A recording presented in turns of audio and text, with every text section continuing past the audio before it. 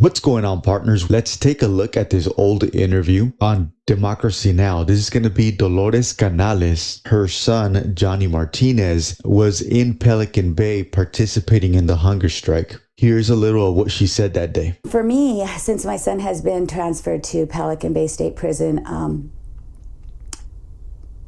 it's been hard. It's been really hard because, of course, you have society that says, you know, who cares about the prisoner and let them die in there. And then you have a system that was designed to create, you know, suicidal tendencies or to go insane. And I think that, you know, Dr. Patterson's report says it all in his 354-page report, where he lists 34 suicides throughout the year of 2011 that all took place in solitary confinement in either the Administrative Segregation Housing Unit or the Security Housing Unit. And this is where my son is housed. My son is housed maybe in a cell where the prisoner there before him might have took his own life or went mad.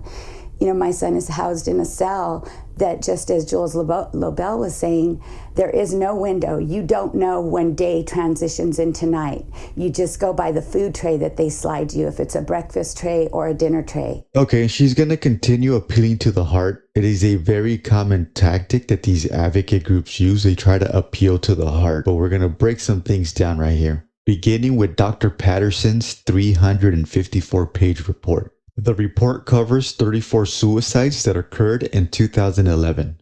Dolores states that all 34 suicides occurred in the Administrative Housing Unit or the Security Housing SHU. But when we examined the report, only 9 deaths out of the 34 occurred in the Administrative Housing Unit, and only 2 deaths occurred in a Security Housing Unit, the SHU, which is where the hunger strikes initiated. Furthermore, the report lists the number of suicides per facility in CDCR, proving that suicides were taking place throughout California's correctional system, not just concentrated into the isolation units. He is there. It's not for any rules violations report, as Mr. Lobel was referring to. They use a system of things like they could use a drawing. They use other prisoners' statements against them. You know, their name could be in a note. They didn't even have to have the note. Somebody else might have had a note and they said their name's in it. It's things like that. It's an accumulation of things like that. How do you know he's on hunger strike? Now let's focus on the reasons why he got transferred to Pelican Bay. They sound very innocent and very unjust. It was, he could have a simple drawing. His name was in a note. It was an accumulation of things like that. These isolation units were created for a reason. They were created to keep gang leadership segregated away from general population to minimize violence and the control that they had over gangs. And this was a very strategic technique that CDCR was implementing. However, because of the success of the hunger strike and the success of the Todd Ashker lawsuit, all these gang leaders were able to get out of the SHU, and now this is what we're facing. The following is her son, Johnny Martinez, and the current situation that's going on in Orange County jails. Johnny Martinez is already in prison serving 15 to life, but Orange County District Attorney Tony Rackauckas just announced that he is now being charged with murder while behind bars for ordering the killing of a Placentia man in 2017 that was captured on surveillance video. In fact, authorities played the surveillance video today. They say under Martinez's orders here, these armed members of the Mexican mafia went to Robert Rios's home to collect money and drugs, and you can see an altercation play out. Investigators say when Rios refused to pay, he was later shot right there in his front yard. Authorities say that Martinez also ordered another hit, but that victim survived his gunshot wounds. Now, there are 8 defendants total in this case, and investigators admit that somehow Martinez has been able to make more than 3,000 communications from prison, whether it be messaging or through cell phones. The DA was asked if he's already behind bars, how do these new charges make the community any safer? We know how they're operating. We know what they did. We got confiscated these telephones. Got a great deal of information off the telephones. They understand now that we're able to do these kinds of investigations. The the Department of Corrections understands what's happening, and our hope is that this knowledge, well, certainly it'll disrupt what they're doing.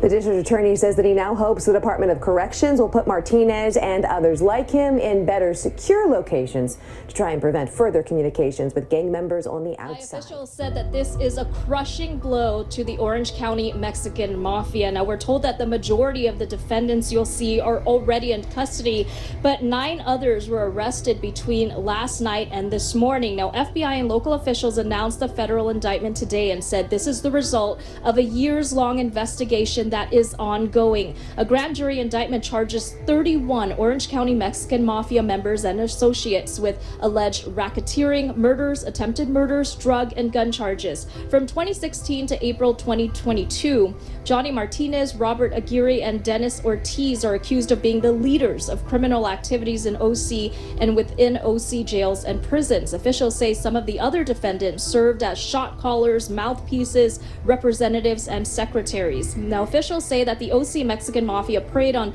vulnerable communities using fear and violence, controlled the majority of street gangs throughout OC, and received quote-unquote taxes paid by gangs to allow them to deal drugs in that area. Officials say they're connected to violent crimes, including murder. United States Attorney Tracy Wilkinson said many neighborhoods felt the impact of their destructive conduct, and this disrupts operations of the Mexican Mafia. Have we, eradicated the Mexican Mafia? The answer is no. But this is a continuing investigation, and I think that the message that this case sends is that if you rise to power in that vacuum, we will come for you. When you're talking about prison gangs and when you're talking about the spread that they have, and certainly when you're talking about the Mexican Mafia, they have reached far beyond Orange County into not only the rest of the counties locally here in Southern California, but the rest of the United States. Today's indictment charges high-level officials in the Mexican Mafia. The indictment charges the Southern California gang leadership, in other words, those involved in using their power to organize and direct violent criminal activities committed by gangs throughout Southern California. Now, we're told that the defendants will be moved into federal custody and arraigned. Some of the charges can potentially carry a penalty, a maximum of life in prison. Live in Orange, Kimberly Chang, KTLA 5. There you have it, partners. Johnny Martinez was locked up in the SHU in Pelican Bay due to the success of the hunger strike and the Todd Ashker lawsuit. He was released from the SHU, let out to general population. He's able to make over 3,000 phone calls, plot murders outside of prison walls. That is who Johnny Martinez is. That is who Dolores Canales was advocating for to be let out of the SHU. Those are the unintended consequences of the hunger strike. Let's also take a look at the 2023 annual report on suicides and suicide prevention efforts in the CDCR. And I'm going to bring your attention to the graph in page 9. And I want you to notice something very interesting. The population in state prison and CDCR actually decreased. So we had a decrease in population. That means less people in custody. However, the suicide rate after the hunger strikes actually went up. Therefore, we can make the conclusion that placing inmates in isolation is not a direct cause to suicides. And maybe it's not as inhumane as we've been portraying it to be. And if you need more proof, don't worry, I got you. I'm going to keep these videos coming. But for now, partners, that is all I got. Remember to hold the line and let's hold them accountable.